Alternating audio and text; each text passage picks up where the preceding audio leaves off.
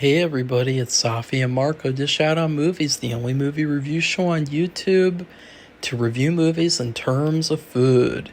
It's just Marco here once again, and I am here tonight to do my Toy Story commentary slash review. And I actually started to do this before I left on my Pennsylvania vacation, but uh, 20 minutes or so into the commentary, I made this mistake, and I don't know why I didn't just continue and then edit it out, but it just, the mistake really threw me off, and it made me feel like, okay, what I just said there, I'm really off my game. And also, for some reason, commentating over Toy Story is hard because there's so much dialogue and it's very interesting and fun to watch. And so it's really hard to like talk over that. And so that's why I think I made the mistake. It was like a joke I wanted to make early on, and then I forgot, and then I said it, but then the name that I replaced the original name with made it really, really bad. So I would also like to talk about the short movie Tin Toy, which accompanies Toy Story before you watch it on VHS. So I used to grow up watching this short movie, and I used to really, really like it a lot. I thought it was hilarious with the baby, how weird looking it was. And I loved how the toy was like an abuse victim, and how like the way he acted, like the part where the baby is crying and he's like hovering in space, and then the toy feels sorry for him, and it's like an abuse victim feeling sorry for their abuser or something. Like, it was really dark in a way, but also really funny. And yeah, I mean, I really wish that toy in the Tin Toy, I guess I should just call him Tin Toy. I can't remember if they gave him a name or anything, but it would be really nice to see him as a full-on character in a Toy Story movie. I know that he had the little cameo appearance, and I think it was part 4. He had like this tiny one scene.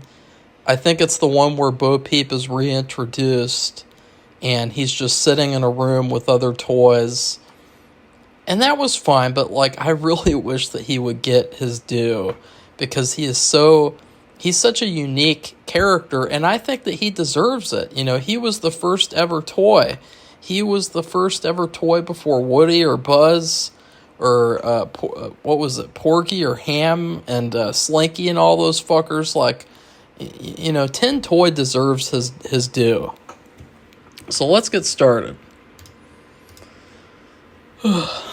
I felt like doing this too because I just spent all day like writing and working, and it was just like so exhausting.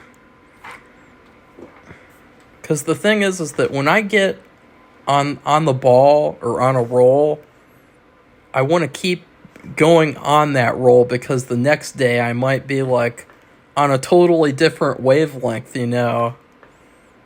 Like, one day I'll really want to write all day. The next day I'll be like, no, I'm not going to write at all today. I want to do this. I want to work on this. And today was one of those writing days.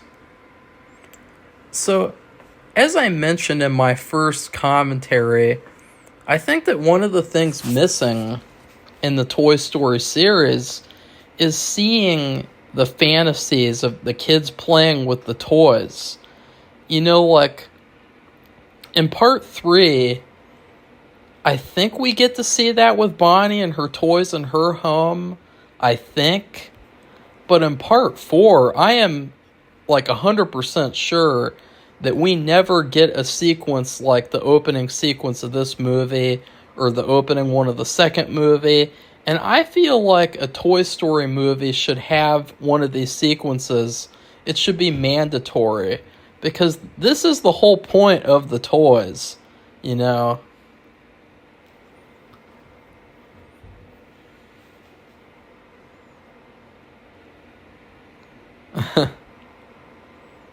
And I like how the jail is the baby crib, and then she starts torturing Mr. Potato Head.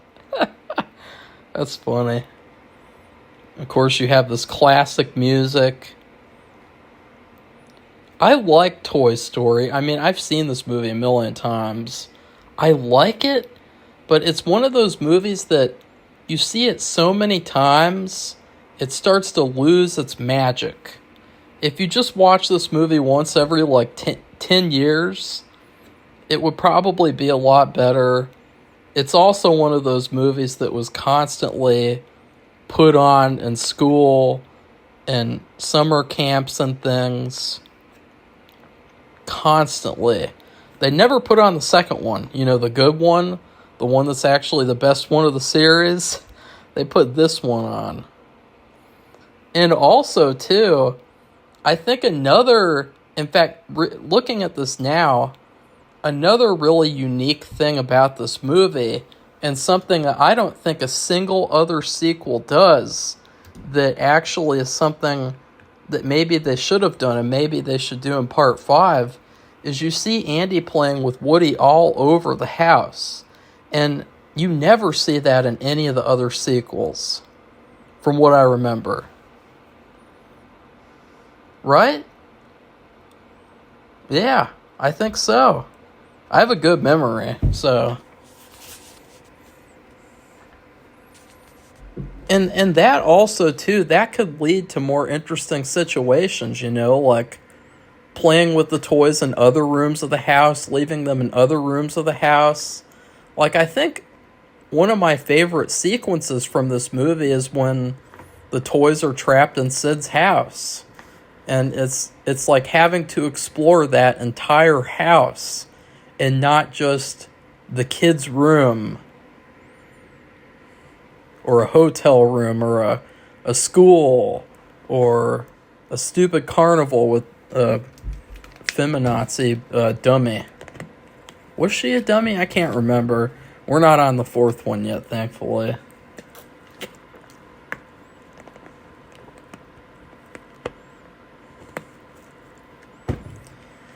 Ugh. I'm going to take my pill, too.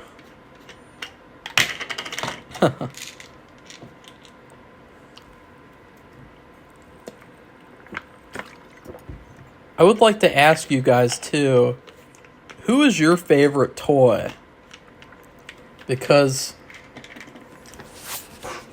Ow! Why do I keep doing that? I keep on pulling my earphone out of my ear. Ow. It hurts every time. It damages the earphone. But I do that all the time. I think that my favorite toy is Buzz Lightyear and Woody equally. Which is what I said last commentary, and it sucks because the line delivery I did in the first commentary was so much funnier. I was like, I think it's Woody and Buzz Lightyear. Because, like, honestly, they both have their problems. I think that Woody is more likable, but then what he did in part 4, where he gave up his manhood by giving away his voice box or whatever, and shit like that was fucking cringeworthy. And, like, that is so bad. That's, it oh my god. Ugh.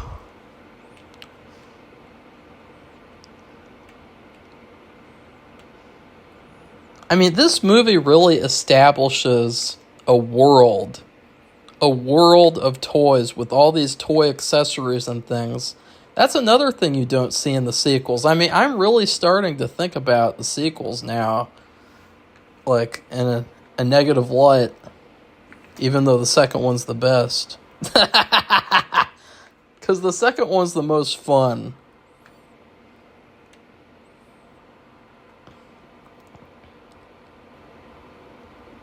I'd also like to say it's really, really jarring how much they changed Bo Peep. Because, like, she is clearly a way different person than she was in that movie, in this movie.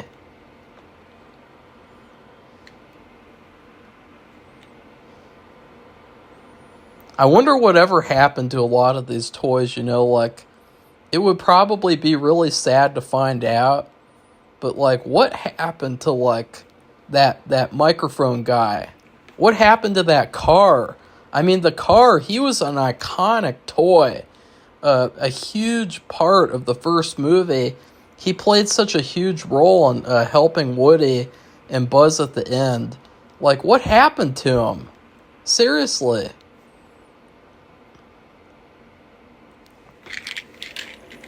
Another thing I talked about in the first commentary is the fact that I think it would be really sad to be a toy.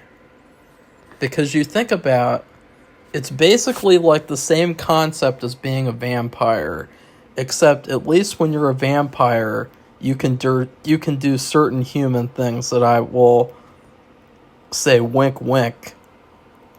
But like toys, they have to watch children grow up that they get to play with all the time, and it's really sad. And then their adults might forget about them or throw them away or give them to other people. And it's like, it's really, really sad to be a toy if you think about it. So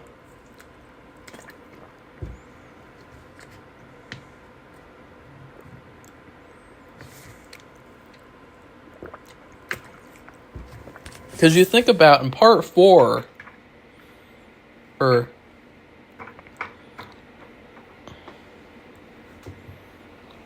I mean, Woody says this here where he says, it only matters that we're here for Andy when Andy needs us. But the thing is that, well, what about when Andy becomes an adult? Like, I wonder what these toys think about in terms of that. Like, have they all just accepted that, like, there's this graduation process where, like, they have to be given away or they have to be let go of? You know what I mean? Like, that's something that I wish that they touched on in part 3 before it actually happened. Because I felt like it was a really unnatural thing to happen for Andy to give away Woody, of all things, to a random little girl that he just met one time. No, thank you. And I think that part 5 should be Andy going after her with revenge in his eyes and having to track down Woody after he kills her and takes all of his toys back. Because, like, seriously, she did not deserve those toys after all. She just wants to play with a stupid spork thing. This is one of my favorite jokes of the movie, the joke with the gift box. Because they freak out so much over this package that probably isn't going to be something that could be a competition for them. You know, like, I do have a snake toy. It's a snake that's actually, like, I don't know, I think it's like 5 or 6 feet long. And maybe that could be a toy that could be in that box, but it's most likely like something that's not a toy at all. And so for them to freak out from seeing that is just kind of funny and ridiculous.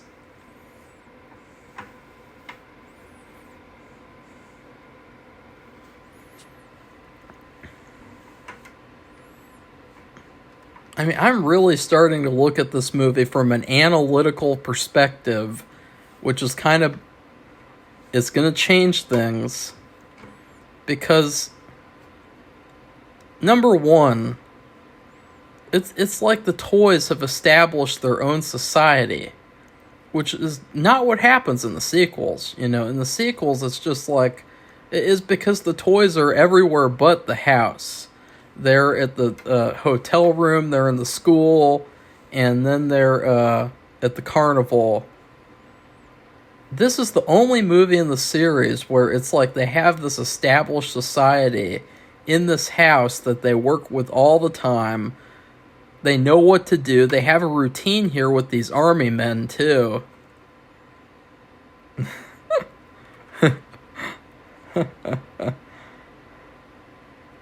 Did she say ow? She had shoes on and she said ow when she stepped on those guys. Like, seriously? I'm gonna have to watch that again. That's ridiculous.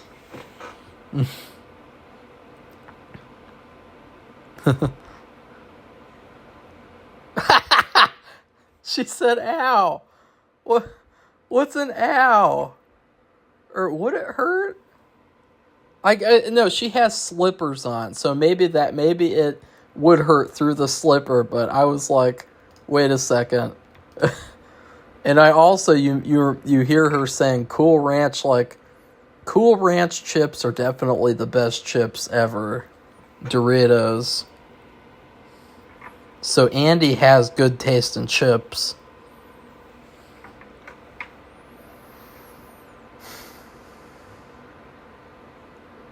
I mean, you guys think about, and maybe I'm going to hold off all my other thoughts about the third one until I do the commentary for part 3. Because I just thought about something else really fucked up that just makes me even more pissed off. But like, yeah, I'll hold it, yeah.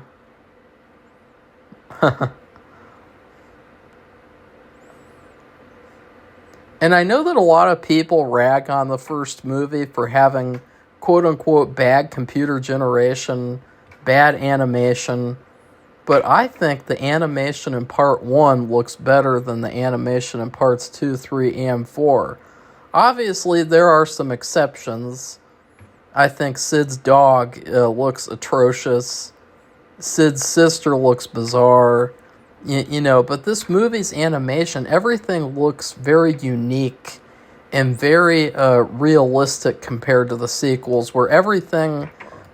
I think that's like one of my main problems with Pixar now, is that everything looks the same. They have a set established, like, model for people, like how all people look with these round faces and this softness to them. And I wish that they would go back to, like, this kind of animation, because, what was I going to say? I don't know. What was I going to say? I had a really good point to make. Shit.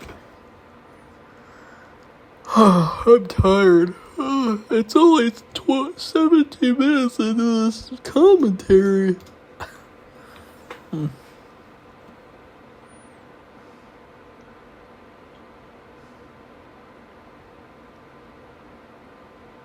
I'm trying to remember. That's why I'm being quiet. I'm really trying to remember.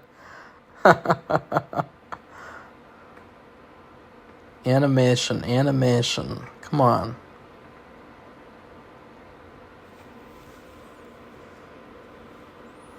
Animation. Come on. Why can't I remember what I was going to say?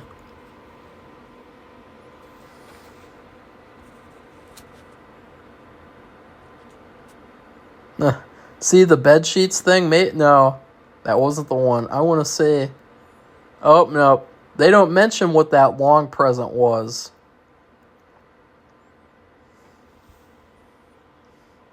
Oh, yeah, that was another thing that I said in the first commentary, which I know I keep referencing. But I did make some good points, I guess, before I had the screw up. But I said that, like, they mentioned Battleship, and I think that it would be really cool to see some board games come to life in these sequels. Because I know later on in the movie, I think we see them playing with the Battleship game, but I feel like it would be cool to see these board games come alive and characters in these board games. Because you think about the characters in these board games, they are technically toys. Like they're meant to be played with in the board games, but they are still toys. Kids still play with them. They still use them to play a game or something. So, I think, like, even chess pieces, like, wouldn't that be interesting? Like, to see all the chess pieces come off the board. And, I don't know, that'd be kind of weird. Like, what kind of a personality do you think the chess pieces would have? Like, would they be, like, really pretentious? Or would they be really smart or something? Like, that'd be pretty interesting to do. instead of taking Woody to the carnival and taking away his manhood, they need to do stuff like that instead, you know.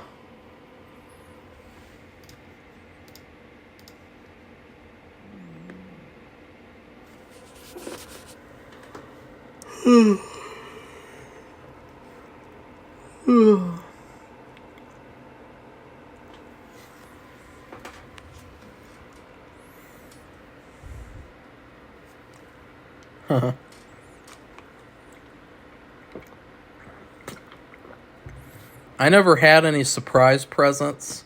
All the presents that I got would be together, you know.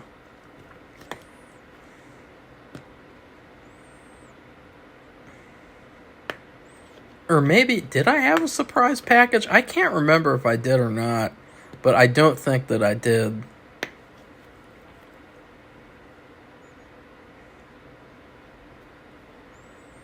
I did have a huge Buzz Lightyear. It was probably one of my best toys. Might still have them. I never had a life-size Woody, but I did have a smaller one that I might still have as well. I didn't play with the Toy Story toys as much, funnily enough. I had certain toys that I really wanted to play with like a lot that were just like random toys, you know, like there was this one toy and he might have been my favorite or my second or third favorite. He was this black and white robot and I still have him, I think. I saved him from the garbage. He's missing an arm or something, but he was just the coolest thing. And, like, even though I didn't, you know, I didn't know, like, what that character was or anything, it was just about the aesthetic of the toy. It was about the functionality of his instruments and things that he had and how that made him fun to play with, you know. You know.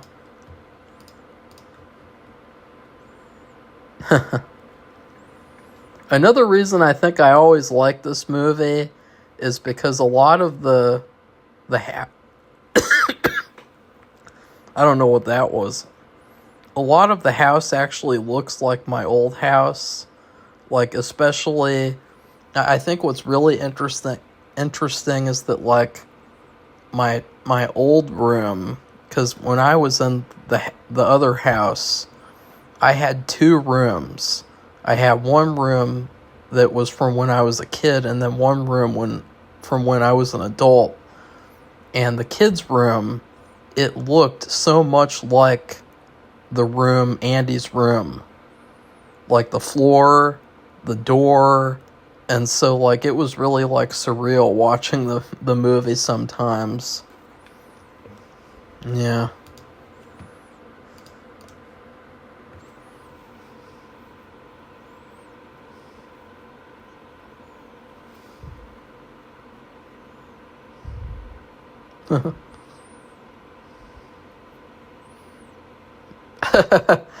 What are you doing under the bed?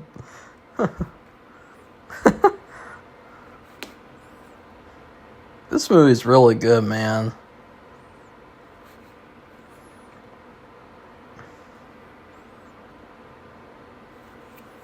Bo Peep must be really smooth. You know what I mean?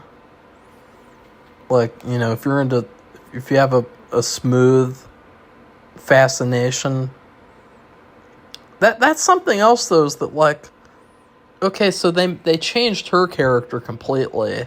They turned her into a different kind of toy.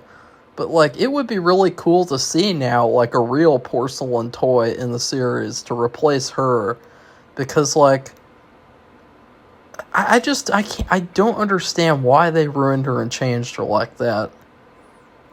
God, I'm ragging on part 4 again. Whoops.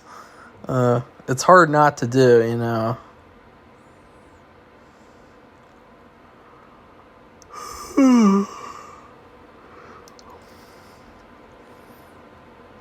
I love how Buzz Lightyear is like a problem solver Woody is like a leader. He's a natural born leader.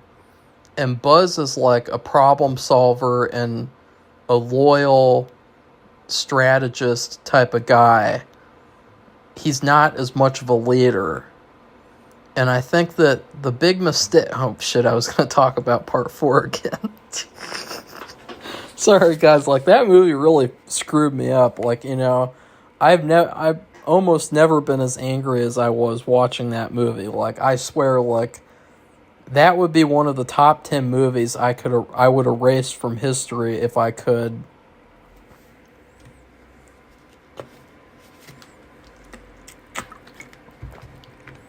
Uh-oh, this movie's woke.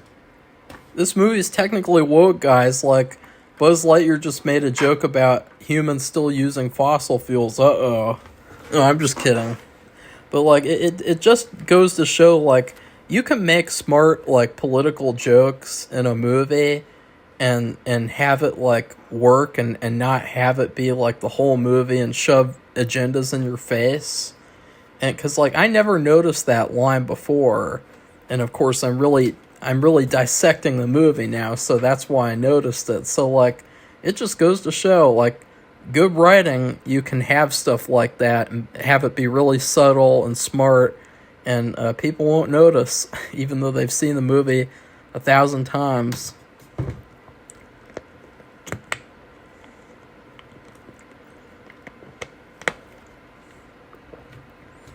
And also, another unique thing about this movie is Buzz Lightyear's naivete. And I think that Buzz Lightyear's naivete is like one of the best things about the movie. It's one of the funniest things. And maybe in the sequels they should have had other characters be just as naive about their existence, you know.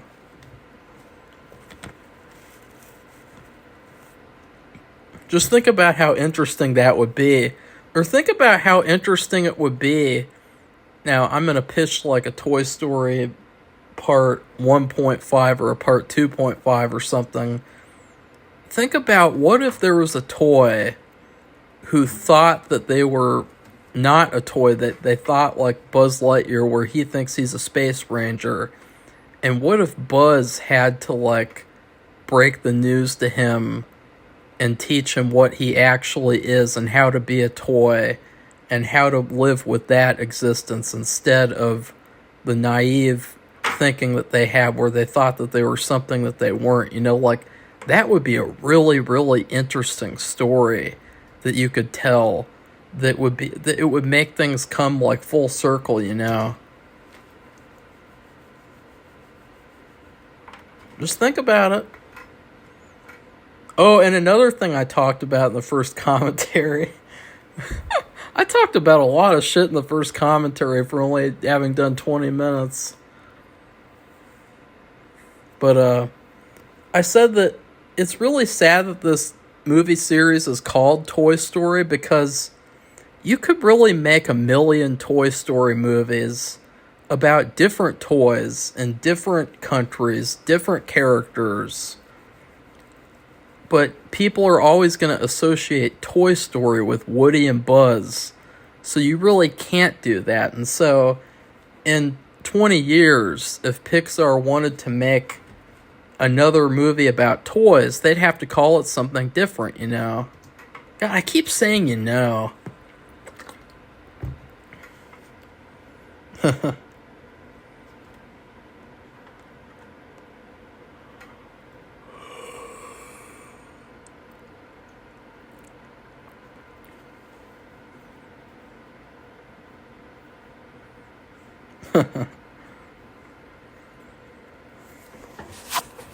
The Swiss Army knife was one of the few things that I did not bring on my trip, and I should have brought it because my nails got a little too long before I went to dinner.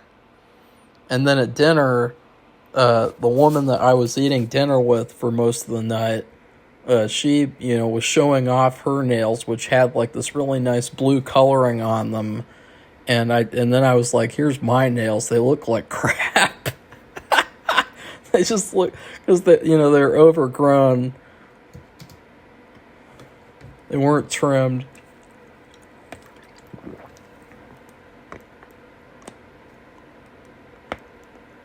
Preschool toys.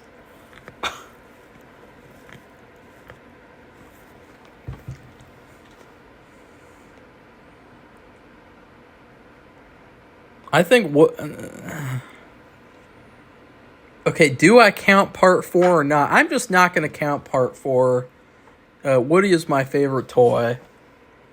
If you count part 4, then Buzz is my favorite. No. Neither of them in part 4.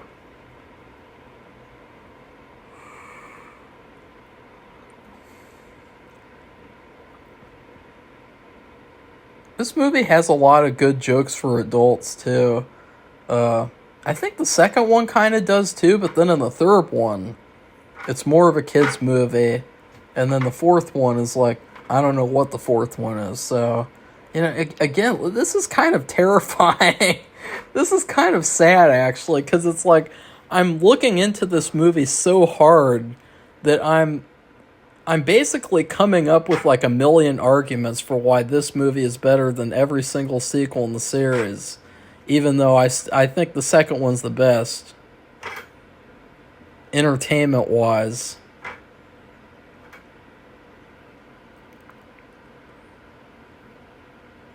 And Bo Peep is kind of a slut, too. She just drops Woody because Buzz can fly around a room in a fake way. I mean, Buzz did a pretty good job for never having been in this room before, too. I gotta say that. After watching this, too, flying sequence, I gotta say, like, why did they even need that Evel Knievel toy in part 4? God, I'm talking about part 4 again. Sorry. But why did they even need him if Buzz can do what he did here? I mean, he flew all around the room. That was really, really impressive. He could have made that jump in part 4. You guys got to admit, one of you guys, fight me. In the comments, put down a comment and tell me, do you think Buzz could have made that jump in part 4? Or was Buzz around or something? Was that the trouble? I don't know. I can't remember. That movie sucks.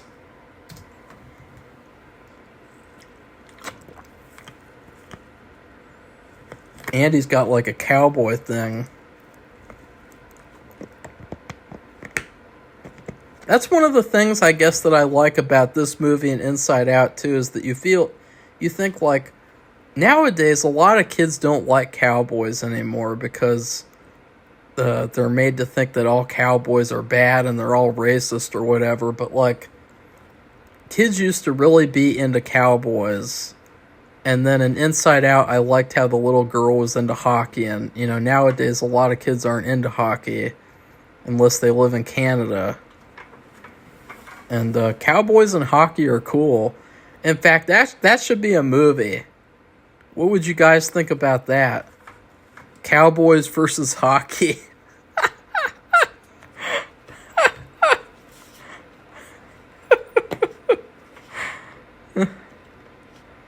I like this song actually more than the opening song, Strange Things. Wait, do I? Yeah, I think so. Again, all of this is played off very, very much in like a comedic way, but I think that it's really sad. Like, it is really sad if you think about it. Like, the way that this new toy has come into Andy's life, and now that has become his entire personality. He's gotten rid of all the cowboy stuff. I mean, it's depressing. It's also kind of, if you think about it, God, I'm gonna sound like the biggest fuckwad on YouTube right now. I'm gonna sound like a bigger fuckwad than that guy. Who is that guy who was like a big Toy Story 4 fanboy? Well, there were a lot of them. A lot of people pretended like that movie was good. No, I'm playing around, but like this movie has a very anti-consumerist message, because if you think about it, the way that Andy, his entire personality has shifted, and he has all this Buzz Lightyear related materials now. You just think about how kind of like a dark message that sends, like that these corporations, they're so manipulative and controlling that like they change a child's entire personality at the drop of a hat. I never was like that as a kid. I did really like Dracula. I dressed up like Dracula every year for Halloween almost until I was like 12. Andy's face looks really weird. Okay, Andy looks almost like an alien sometimes in this movie. Okay, I will admit, I am glad that they changed the look of Andy. Okay, now that I've seen Andy's face again in this movie, I'm glad it was different in the third one. Oh yeah, also, the fourth one is the only movie without Andy in it, so that's another reason why it was bad.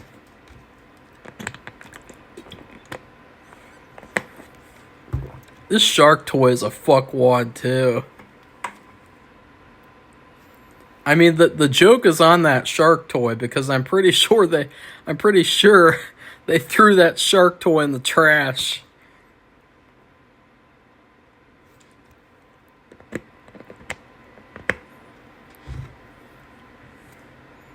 I used to get really upset that I couldn't write my name on a toy like that. I would have to write my name on their tag. You know, like, do toys in this movie have tags? Because that's something that, like, toys, they all have in real life for the most part. And that's where you write your name. That's where you end up writing your name.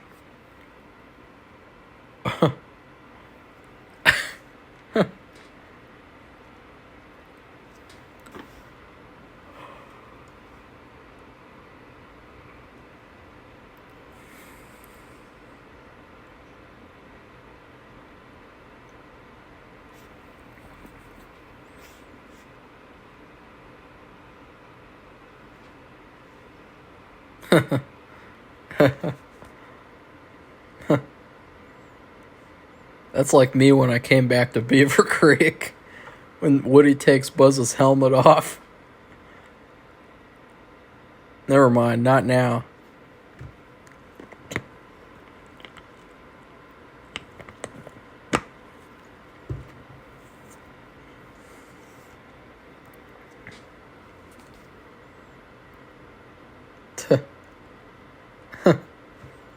You guys realize how much they fumbled the Buzz Lightyear movie? I mean, they could have made that movie really something special. And instead, nobody saw it and it sucked.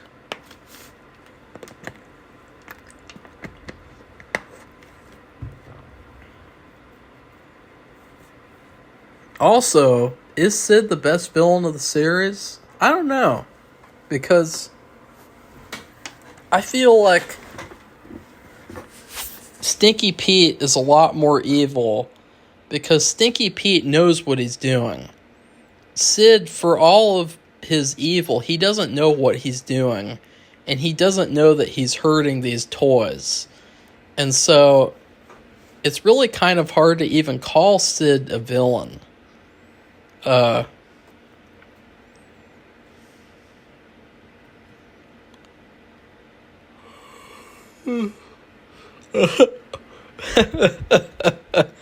That happy child.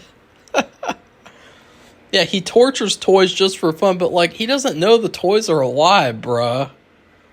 Like he obviously wouldn't torture toys if he knew that they were alive. And so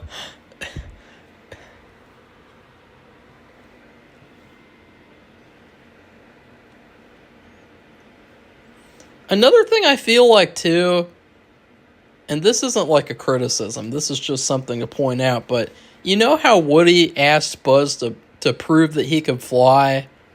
Well, why didn't he, when Buzz said that his laser is extremely dangerous, why didn't Woody ask him to prove that?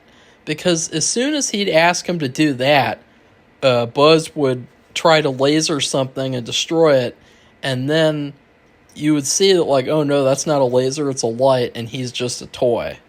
And that would have, like, sped up the whole movie. Just saying. God, I'm already 40 minutes. How the... Oh, shit. I'm already 40 minutes into this commentary? Okay, I'm not going to be able to pause the movie anymore. Sorry, guys.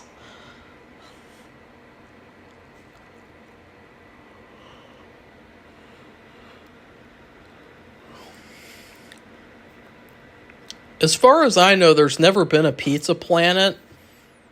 I wish that there was. Or maybe a Pizza Planet pop-up store. Like, you know how they have, like, themed pop-up stores around the country? Like, a Pulp Fiction pop-up store, a Twin Peaks one. They should do a... They should do a Pizza Planet pop-up with arcade games and stuff. That would be a lot of fun. Probably also a big attraction for pedophiles. You'd have people on Reddit with conspiracy theories about Pizza Planet. They'd put hashtag Pizzagate. That'd be really funny. And then Tom Hanks shows up as a guest. Pizzagate confirmed. If you guys don't know, like, Tom Hanks is one of the ones in the conspiracy that people talk about. So it would be like the ultimate hilarious, ironic thing to have like a Pizza Planet pop-up store with Tom Hanks show up, and oh, that would be so funny. Oh, they'd be like, look at that little hand gesture he made there. He's clearly satanic. But anyways, I was laughing at Woody using the 8-ball because I actually use the 8-ball all the time. I use an online 8-ball. Or is that what it's called? Yeah. Magic 8-ball. It's hilarious that Woody uses an 8-ball to ask questions. I mean, that's just classic. Like, in none of the sequels, he uses the 8-ball. They should have had other characters use the 8-ball in the sequels. Because it's funny, I don't know.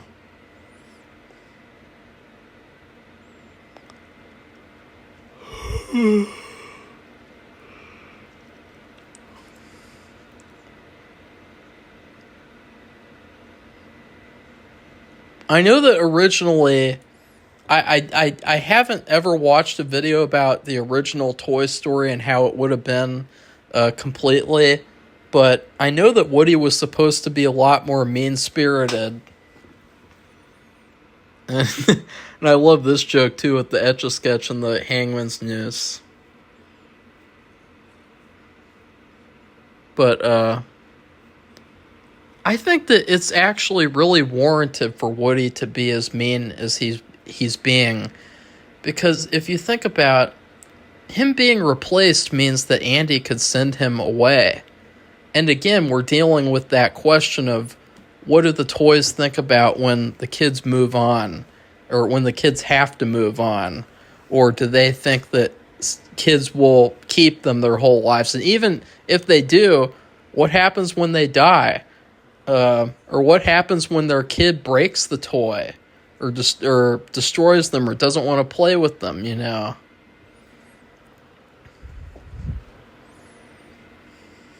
This is another favorite scene of the movie. Now that I'm not pausing the movie, I'm actually getting through it. Isn't that funny?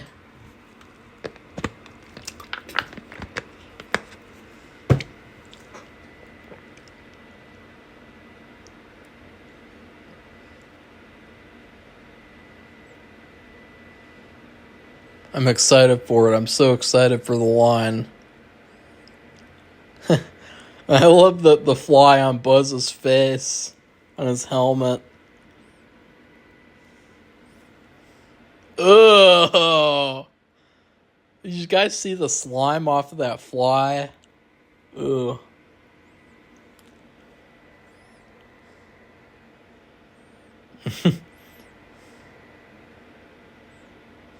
Yeah.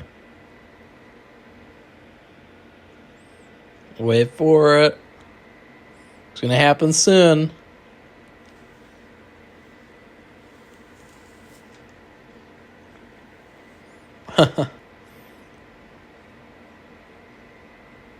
Like, if I was in Woody's situation, I don't know what I would even do. Because I wouldn't want to take away my child's happiness, is Woody. So if Andy really liked Buzz, then I wouldn't want him to be without him. You know. Okay, the line is coming up.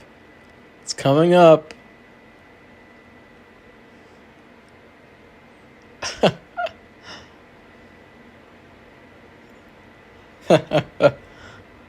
I do the you thing all the time.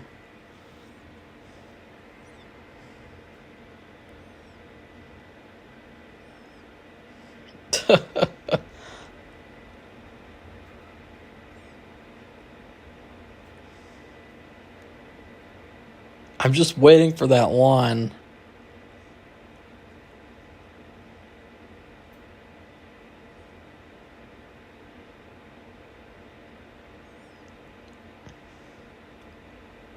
This movie should have won an Oscar for Best Picture.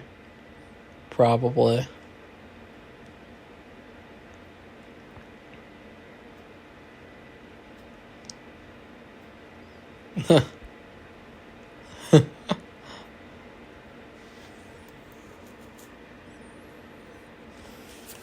Wouldn't it be kind of interesting?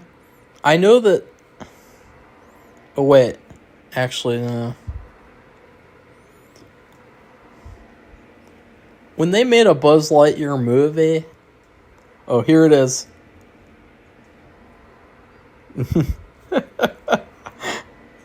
You're a child's plaything. You are a sad, strange little man. That is incredible dialogue right there. But wouldn't it be interesting if the Buzz Lightyear movie was like the real life Buzz Lightyear, and it turned out that Emperor Zurg was actually a real alien, and he was secretly building like an army to destroy the galaxy or whatever? Like, that could have been actually a really interesting movie.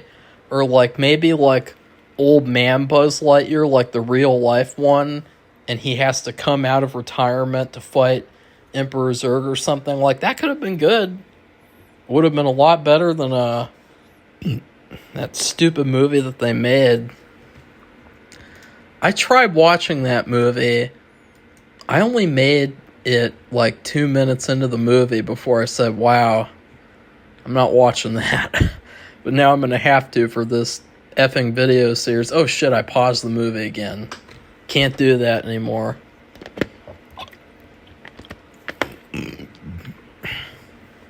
Excuse me.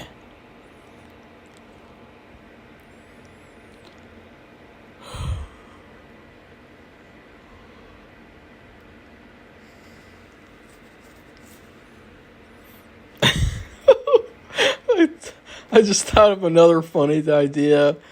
What if you had an actual Pizza Planet car at the Pizza Planet pop-up, and as a kid, you get to ride in a car with Tom Hanks? Oh my god. Oh. This used to be my favorite scene as a kid, when they're riding in the car at Pizza Planet, and Woody is just so dumb that he doesn't even sit where the seatbelts are, and so he just gets knocked all over the place, almost gets destroyed. Even the part right then where the trunk window knocks Woody into the trunk.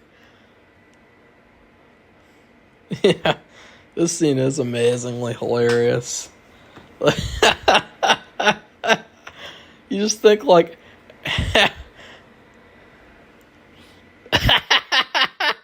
how many Pizza Planet vehicles have been in car accidents, and how many drivers of Pizza Planet vehicles have died in the line of duty?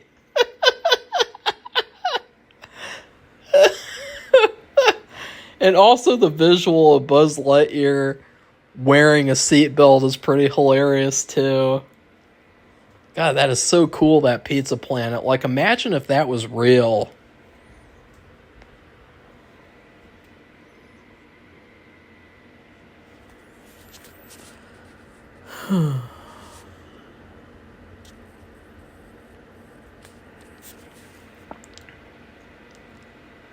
And Woody's face when he has the cup on his head, he's just like completely fucked up.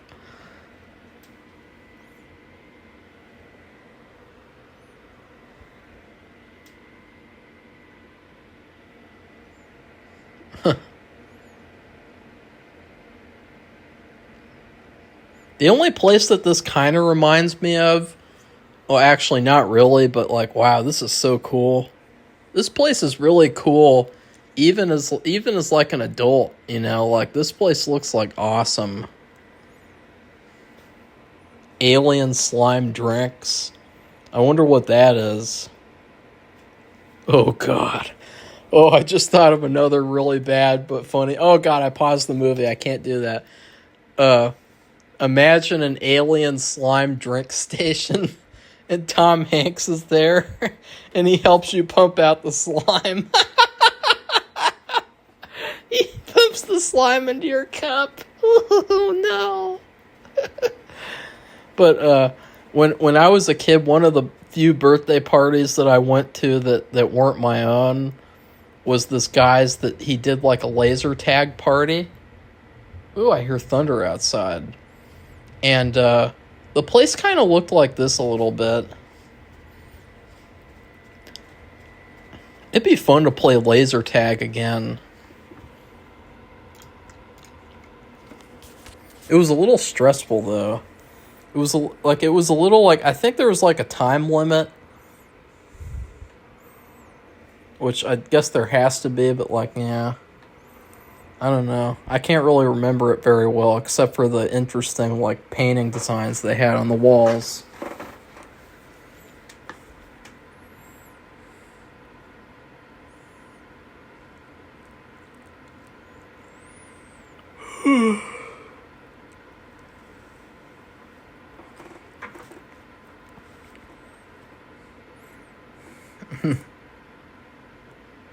Now, this point is the only part where I would say that Sid does look like a villain, because the way that he just abused Pizza Planet's property like that by fucking with that machine is pretty bad. You know, that's something a bad kid would do.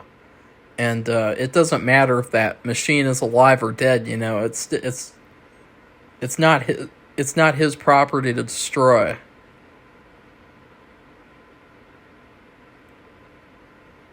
So you could kind of call him a villain now, a little bit. And in this sequence, too, he's just trying to win the toys that are in there. So,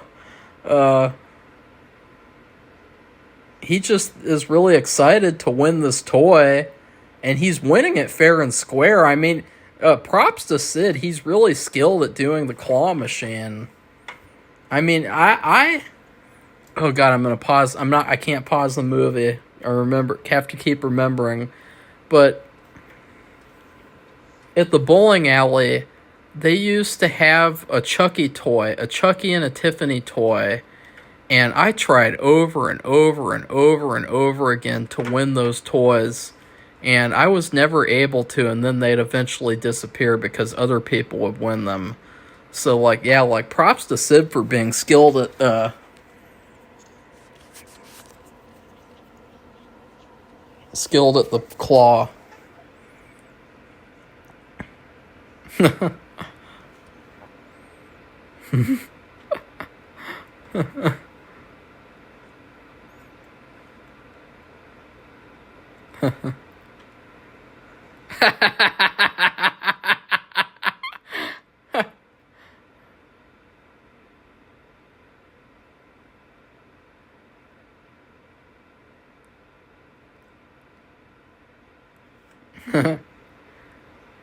Not Janie. Sid is really, really funny. Like, Sid is so much more interesting than Andy. Like,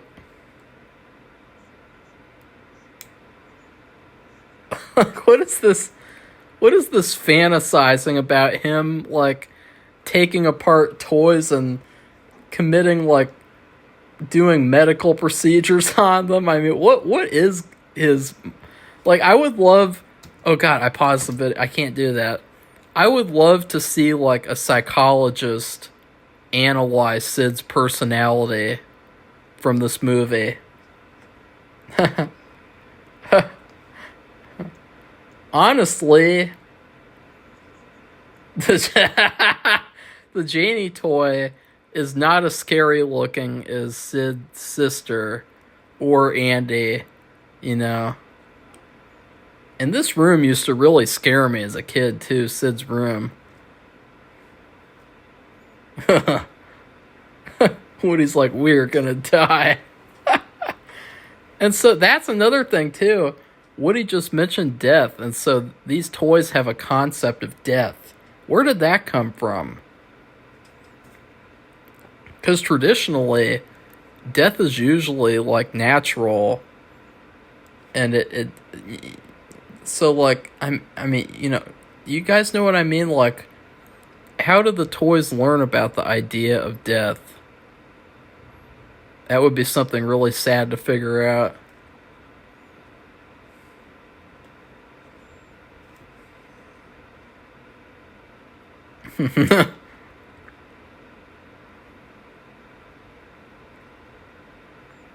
I would have also liked to have seen in the sequel. I know that we see Sid in part 3 is like a garbage man who saves toys, which would be a really good concept for a Toy Story movie.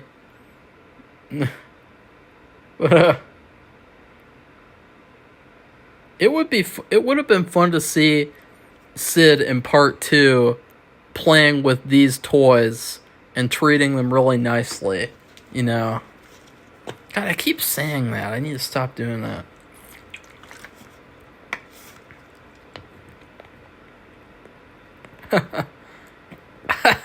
Woody is scared shitless.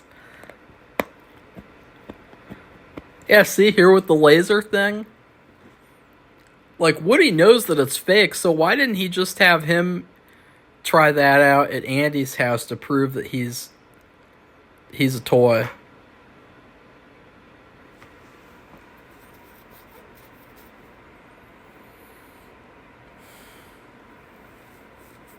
I mean, the majority of this movie is spent at Sid's house. That's another thing, too.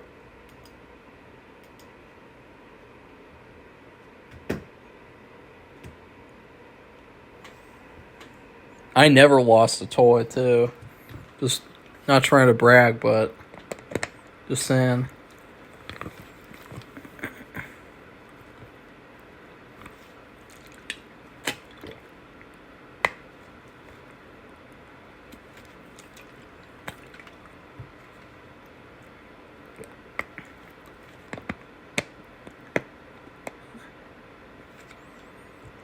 And now he is fantasizing about being Darth Vader here?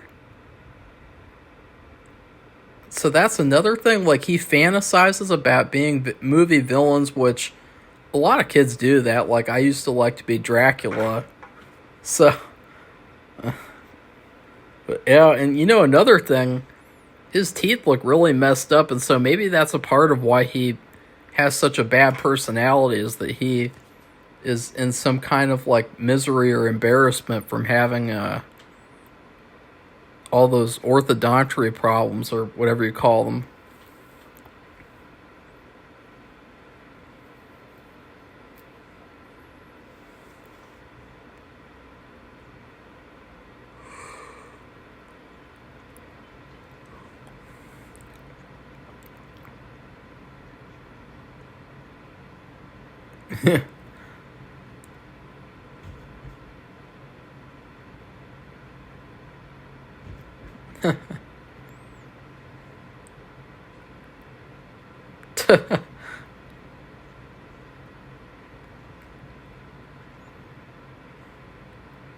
That's another thing too.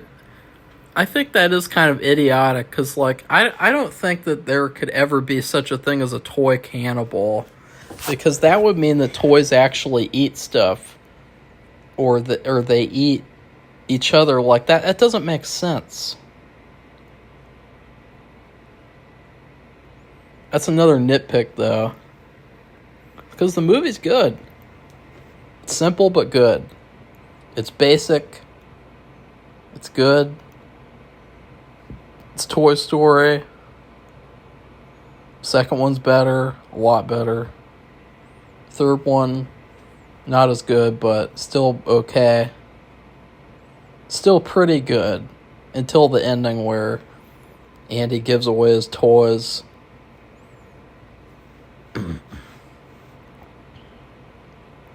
Sid's dog really does look terrible though. Like, oh god, that is bad.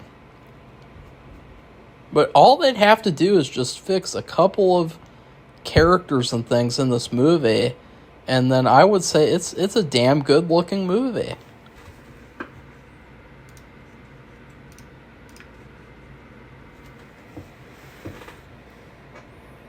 And also here with seeing Sid's dad too, kind of depressing because it gives you an idea of what his dad is like, and that's another kind of hint into Sid's personality. They don't really focus on it that much, though. It's very, very subtle. You know, I never thought about that kind of thing as a kid. I love this commercial, too. This fake commercial. Like, you see, this commercial is so accurate to that time period and what a commercial from them would be like. And so that's what I'm saying, like, with how badly they fumbled the ball with that Lightyear movie, is that if the people who made this movie in the 90s, if they made the Lightyear movie, it would have been so much different than that shitty movie they just made. And so it proves, though, that they could have made that movie, though. Hal's Toy Barn.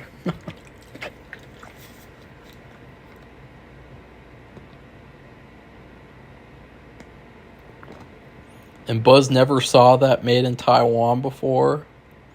Really?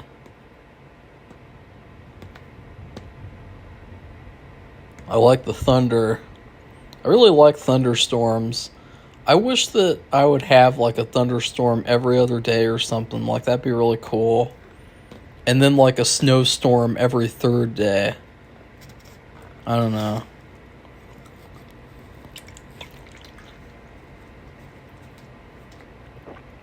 I don't like sunny days anymore. I don't like the summer.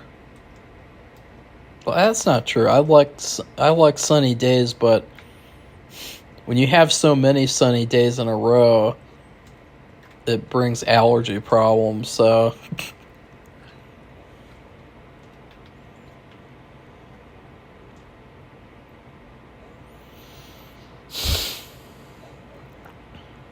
yeah.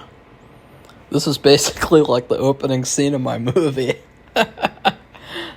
Spoiler alert.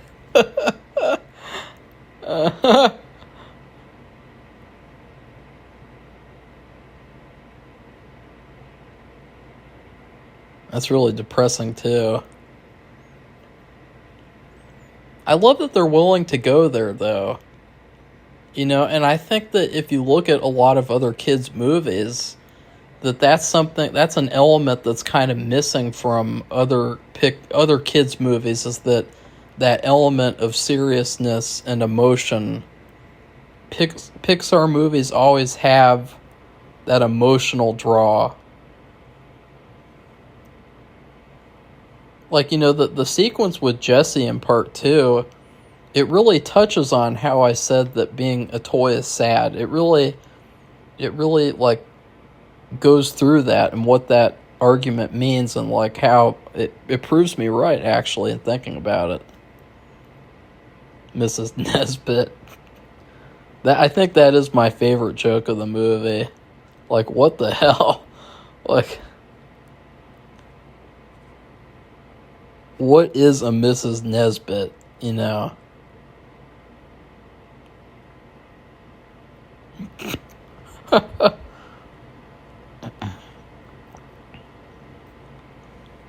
Seriously, guys, what?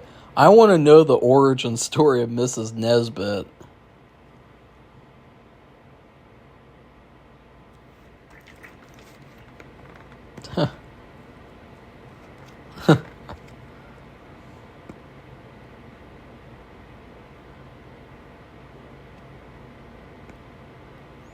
Oh no, the movie paused. And that's sad, too, that these toys don't have any heads or anything. And the movie's still paused, so I might have to pick this up tomorrow. And then just edit these two parts together. Which I don't think I've ever really done before, except with the Zack Snyder Justice League commentary. Because Safi forced me to. She forced me to, yeah, I think I'm going to have to. Sorry, guys. And so I will... Oh, never mind.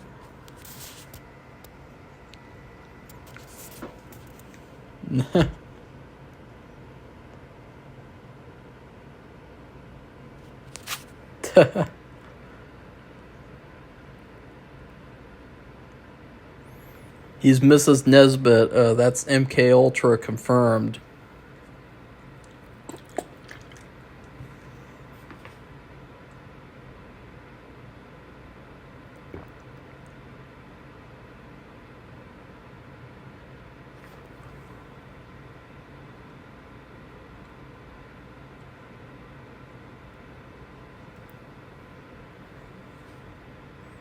I hear they're playing Battleship. And somehow none of these ships are alive. I don't think that that's right. I think that somehow they should be coming to life. Oh yeah. This part's another hilarious part.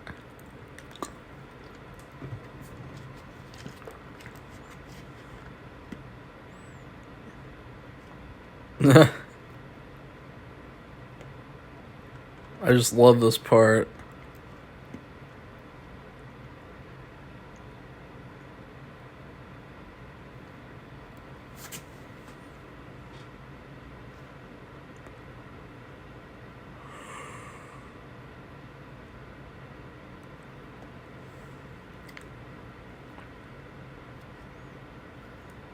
Yeah.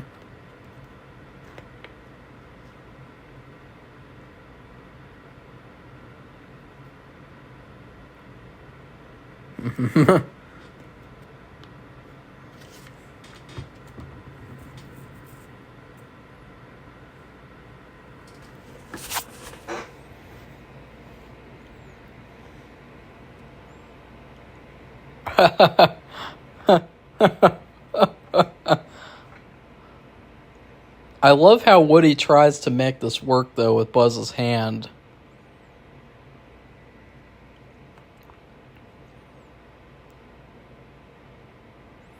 And I love how the toys don't automatically know that he's lying when he's mouthing his words. Like, I mean, come on.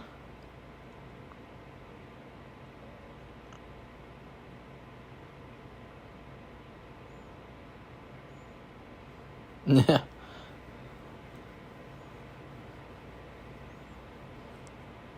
Oh!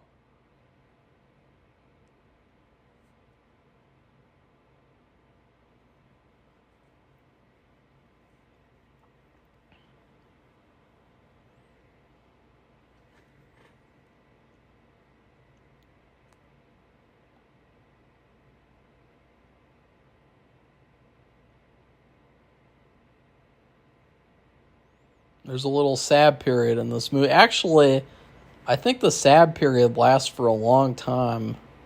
Or I can't remember. No, this isn't the sad period. The sad period is when the car doesn't work or the car stops and they have to actually fly. I guess that's the sad period. I don't know. Which one of Sid's toys is your favorite? That would be a good question to ask. I kind of like the womanly legs with the fishing rod on her. Maybe. I don't know. They're all pretty cool. You know, like, honestly, like, Sid does have some pretty good inventions that he makes. The only one that I don't like is the rolling pin thing with the human head on top. Because the human head is so detailed, it's almost kind of creepy. Like, it's creepy how it doesn't talk.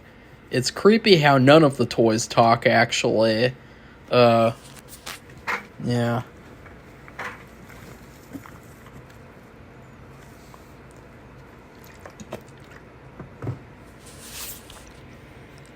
Yeah, that's another one of my favorite ones. The big one.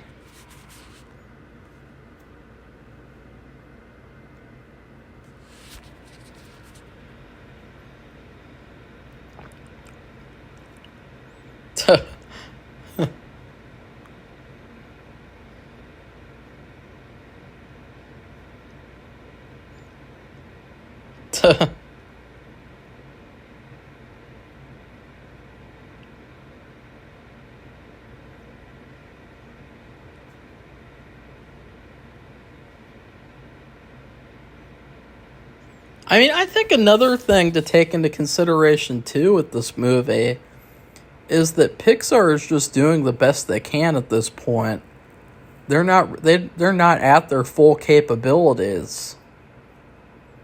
So they have more of an excuse than the people who made part 2, 3, and 4, who had, like, all the resources that they needed.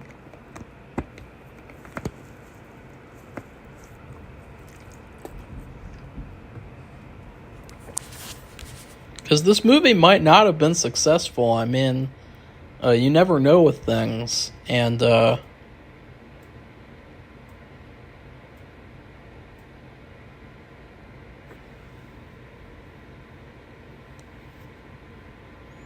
yeah.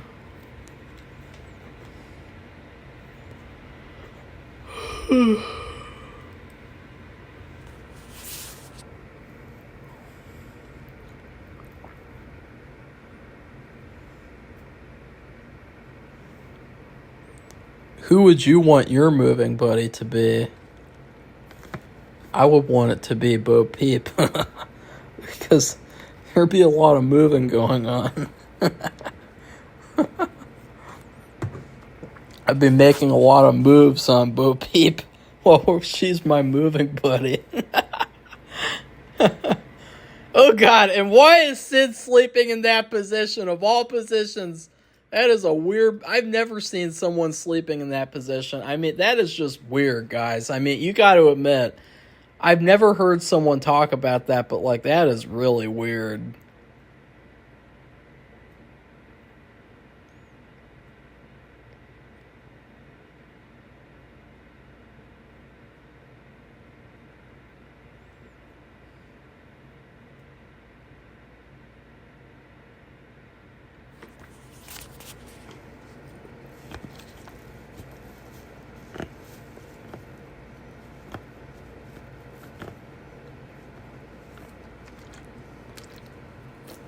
Yeah.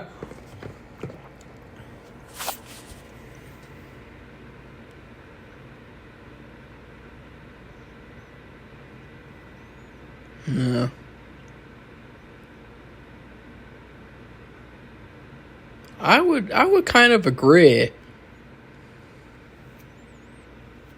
Being a toy is a lot better than being a space ranger, because if you're a toy, you don't have to worry about living or dying. You don't have to worry about aliens. You don't have to worry about a lot of things that Space Rangers will probably have to worry about.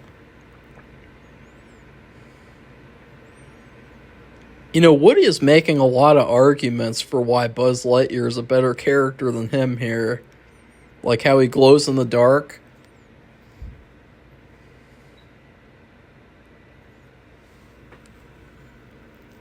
You know another thing, guys, like, you guys ever see the movie Indian in the Cupboard?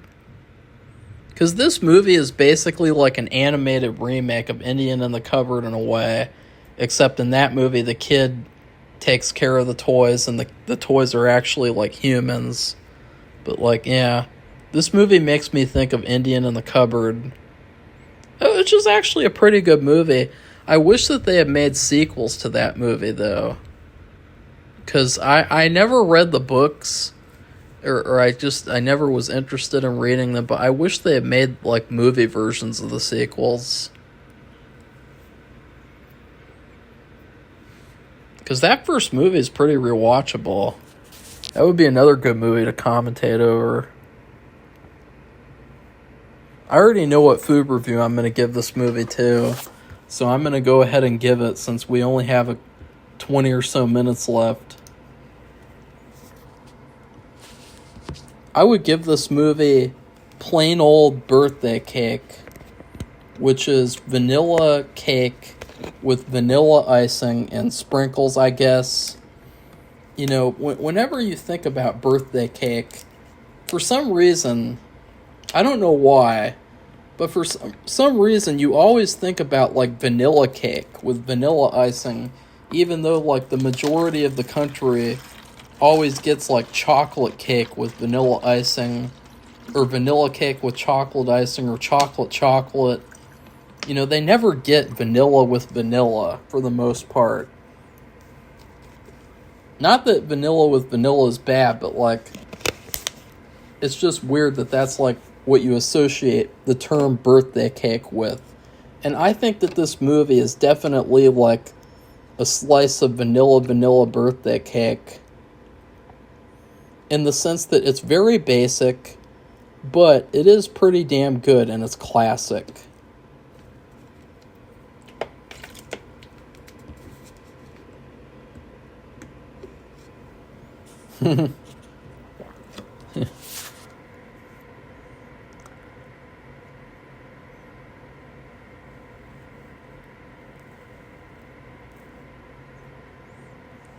But what would this...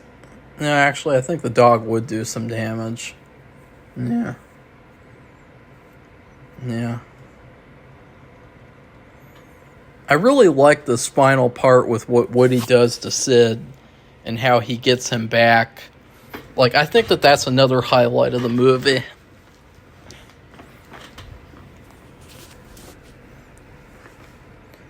But again, I wish that after that happened that we would get to see more of Sid. Because you guarantee that Sid needed therapy after that.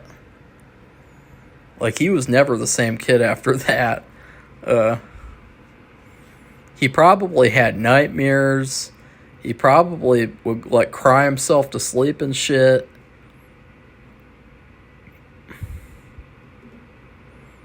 Because, like, he didn't know he was doing anything wrong.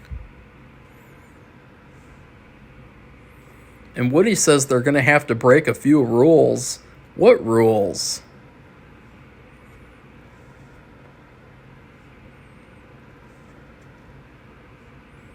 Honestly, another reason why I don't think that this movie is as good as Part 2 is because the movie really falls apart after they get revenge on Sid. Like, the whole thing with them having to catch up to the moving van, and then they land in Andy's car. Like, it is just not as interesting as the stuff with Sid and Sid's house. Like, this is way more interesting of a story. This whole plan that he comes up with, it's really fun to watch it play out. To watch all these different... it's also a really ballsy move, in my opinion. They're highlighting these toys that are not the main toys at all. I mean, the iconic toys are Slinky, Mr. Potato Head, Rex, and yet in the ending of this movie, or the last part, they're highlighting these toys that are toys that you never see again in the rest of the series. And they actually are kind of cooler toys than Andy's toys, because they have this functionality to them, in my opinion. I'm about functionality as much as I'm about, like, looks, character, surface level junk.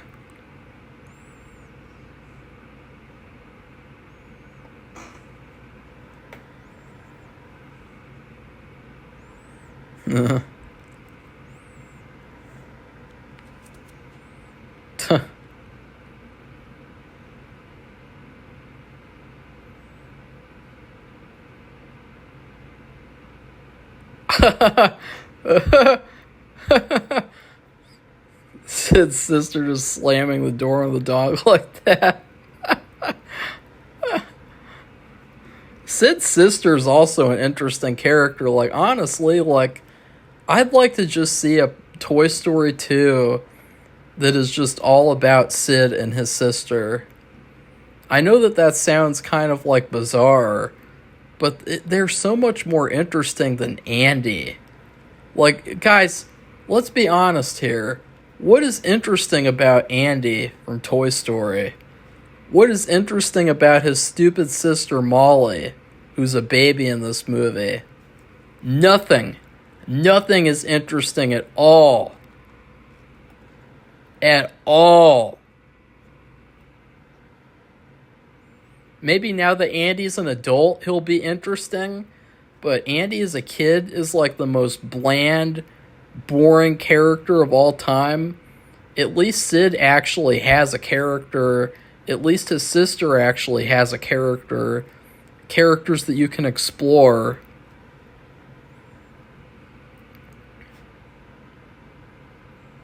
And I feel really bad for Sid, too, for, like, doing all this stuff and then finding out what he was doing was actually really evil. Like, it would be really hard to live with that.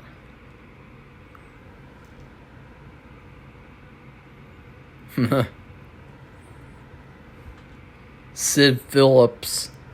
I never realized or computed that his last name was Phillips. So, you guys know what that means? Sid could be related to Trevor from GTA 5. That is amazing. That would be so cool. Seeing Trevor come over to Sid's house to visit him for Christmas, and he gives him a new toy. He says, "Here's another toy to fuck up, loser." Oh, God. That was my Trevor impression.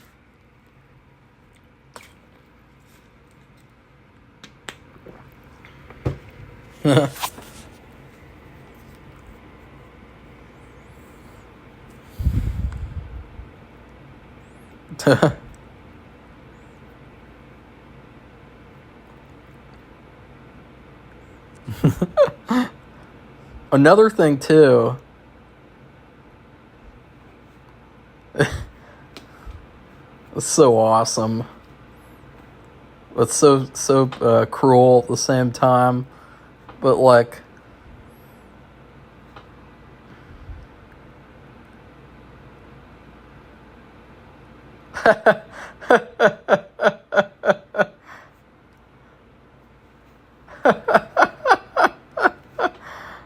What was I going to say? I don't know.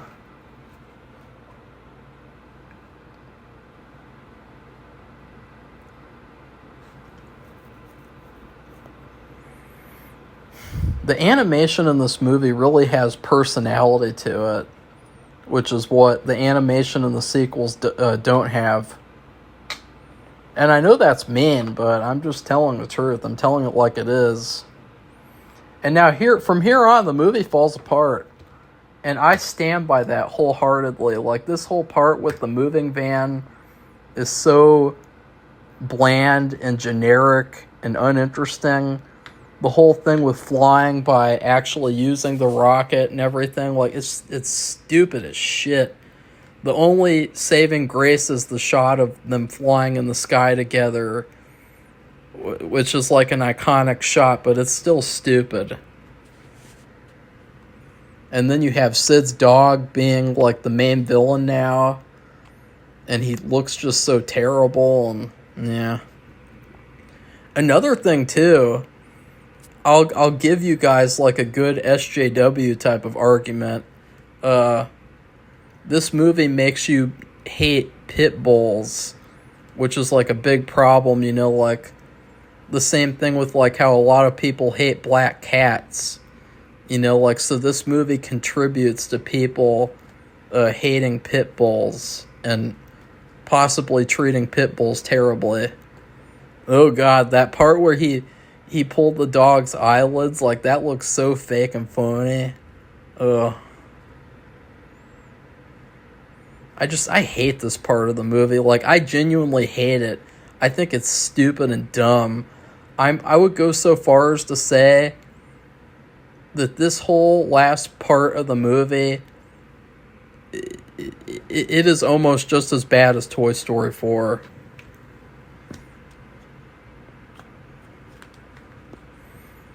Because if you think about it, like, this concept of Andy moving, I mean, they talk about it at the beginning of the movie, about getting moving buddies and everything, but the whole story of the movie is about Woody and Buzz and how Woody's jealous of Buzz, and so this whole thing at the end with the moving van and everything, it's so dumb. And this misunderstanding thing too, where they're misunderstanding and thinking that he's trying to kill the car or something, is also stupid. And ugh, this part sucks. And this whole joke too with the twirling Woody up in the air, and really goofy. I did like Pig jumping on Woody though. Is that his name, or is it Ham? I think it's Ham. I don't know. Ham is a lesser toy.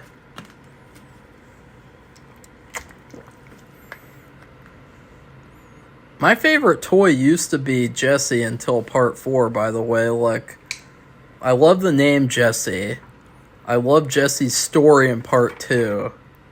But what happens with her in part 4 just completely boggles my mind.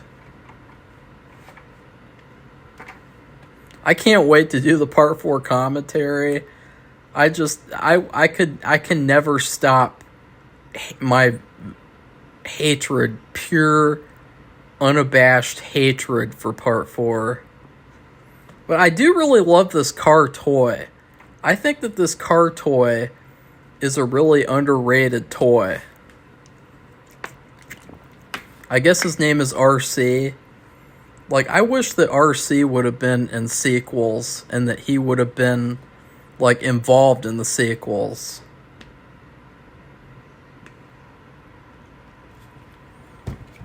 What do you guys think? Is there any toy from this movie that you wish had been more involved in the sequels? I think another thing, too, is, like, I think it's really uncharacteristic for Andy to have that bodybuilder toy. It's a cool and unique looking toy, but it really doesn't make sense for Andy's personality.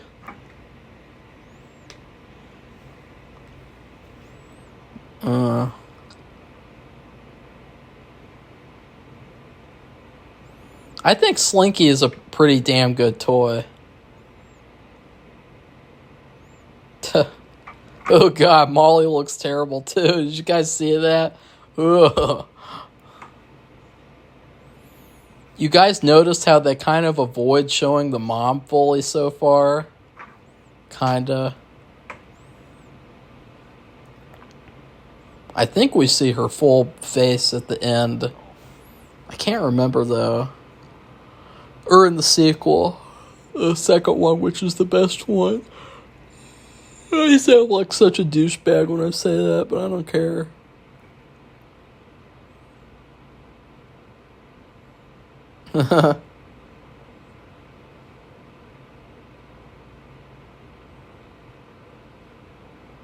I love Woody and Buzz working together too. I think that's another element that's kind of missing from part four. Because in part four, it's just, I'm not going to rag on part four anymore. Sorry, guys. And then also, I guess, part three. Because in part three, they're also separated. For the majority of the movie, Woody is with Bonnie and Buzz is with the other toys.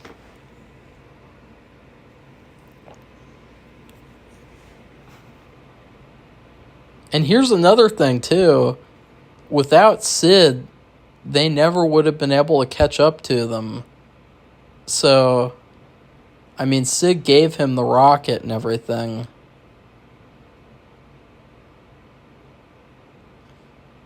So he inadvertently helped them.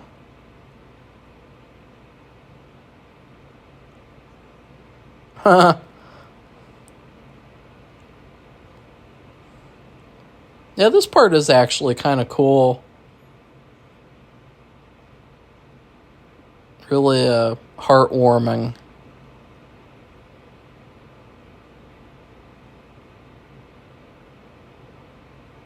It would be really cool, by the way, to have like a Buzz Lightyear ride at a theme park. If you think about like a Toy Story ride, like being able to like, I don't know, being like a Buzz Lightyear themed like contraption thing that you get to fly around like your Buzz Lightyear flying. That'd be kind of cool. I wonder what kind of Toy Story ride there has been, because I guarantee that there's been a Toy Story ride. You guys know what's funny too? Two things. I looked up the Mummy ride, and I'm gonna pause the movie because there's only a couple minutes left. I looked up the Mummy ride because it was advertised in that Cat in the Hat movie. And I just thought that is the most boring looking ride I've ever seen. Like, maybe it's just because I'm not a theme park person, because I hate heights. And so I inadvertently also hate rides, even though I like the idea of them. I really like to turn around on rides, though, one of these days. I would like to have a change of heart. But another thing is that it was funny because after watching Cat in the Hat, I went on Letterboxd, and one of the people who I talked to, well, I don't really talk to them very much, but it was really funny because they actually watched that Cat in the Hat movie, and then they rated it, and I was thinking, like, it is so weird and kind of convenient. Like, it wasn't, because there's another person who is a fan of this channel, and she likes to watch a lot of stuff that I watch too, and it wasn't her, it was somebody else, and like, just for some reason, like, she watched Cat in the Hat the same day that I watched it, and I thought that was kind of hilarious. Like, for some reason, like, we were both in the mood to watch Cat in the Hat, which is like pretty bizarre. I mean, you think about, out of all the movies in the world, and you think about the just the probability of that, of like being in the mood to watch Mike Myers' Cat in the Hat, is probably like 1 in a million probability. And so like for it's just really funny to me. It's like, what if two people were really in the mood to watch that Killer Tomatoes movie, which I've never seen. You know, like, just if two people who knew each other just happened to be in the mood to watch that in the same day, that'd be pretty bizarre, wouldn't it? So, that was pretty weird to me. I don't think that she watches my channel, though, because I feel like she would comment if she did. Oh yeah, you do see her face. She's going to be on the Pixar Moms tier list, which I will be doing.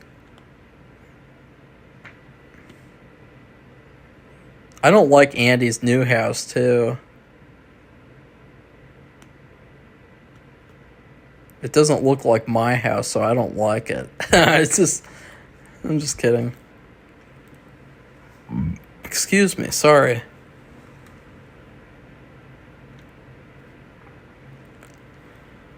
Whew.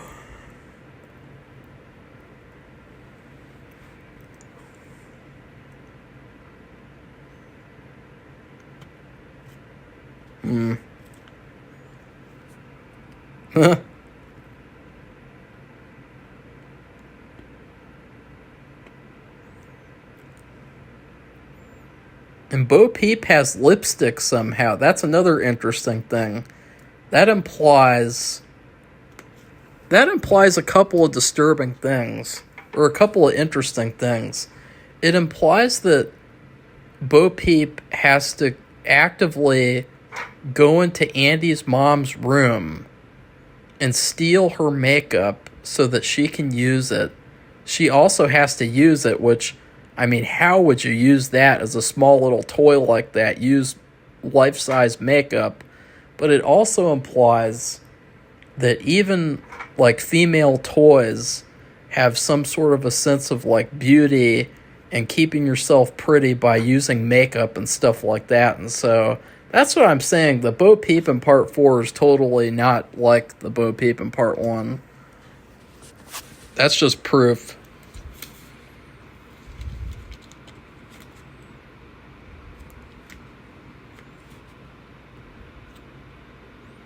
And this joke with the puppy at the end, I think, is queer, too. I never liked that joke. It's a stupid joke.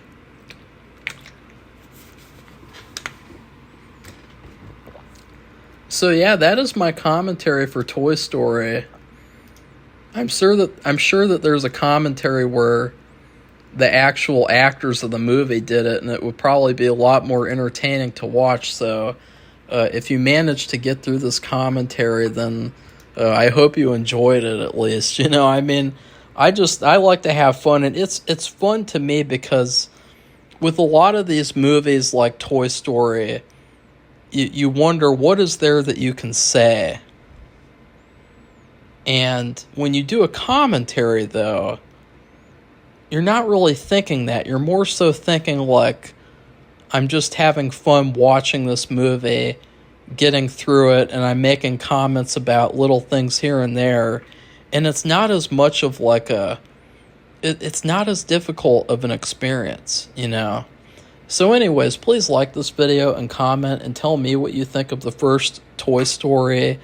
I was glad to do this because I think it turned out so much better than a review of Toy Story would have turned out.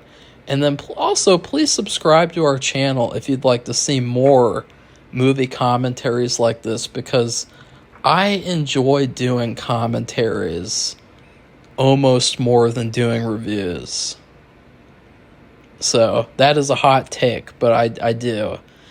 So, goodbye, everybody. See you soon.